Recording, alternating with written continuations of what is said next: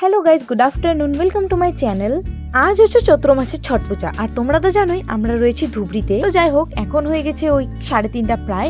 তো আমরা এখন রেডি হবো, ছট পূজা দেখতে যাবো আমরা। তবে কিন্তু আমাদের এতদিন মামার বাড়িতে থাকার কোনো প্ল্যানিংই ছিল না, যেহেতু অষ্টমী স্নান খুব সামনে। তো তার জন্য মামার বাড়ির মানুষরা অনেক ফোর্স করার পর আমরা অষ্টমী স্নান অবধি থাকবো। তবে আমরা অষ্টমী স্নানের পরের দিন চলে যাব। তো যাই হোক, চলো এবার রেডি হয়ে আসি। আমরা সবাই রেডি হয়ে পড়েছি। আমি, পম্পি, বদি, এই যে আরিয়ান, এই যে পল্লবী। রেডি হওয়া, জলদি রেডি হও। আরো ওই যে মামি, ওই যে মামি। তো এরপরে আমরা সবাই রেডি হয়ে এসে পড়েছিলাম ছট পূজা ঘাটে। আর তোমরা দেখতেই পাচ্ছ কত পরিমাণে ভিড় হয়েছে। আমাদের এখানে আমি চৈত্র মাসের ছট পূজা কোনোদিনও দেখিনি, এখানে আমি ফার্স্ট দেখছি এবার। আর এই ছট পূজা ঘাটটা কিন্তু আমার মাসির বাড়ির সামনেই। তো যাই হোক, আমরা সবাই রেডি হয়ে এসে পড়েছিলাম ঘাটে। আর আমরা ঘুরে ঘুরে দেখছিলাম, নদীর পাড়ে এসেছিলাম। আর ওখানে প্রচুর পরিমাণে হাওয়া ছিল, যেহেতু কয়েকদিন ধরে বৃষ্টি হচ্ছে তাই আজকে প্রচুর পরিমাণে হাওয়া ছিল আর ঠান্ডাও ছিল।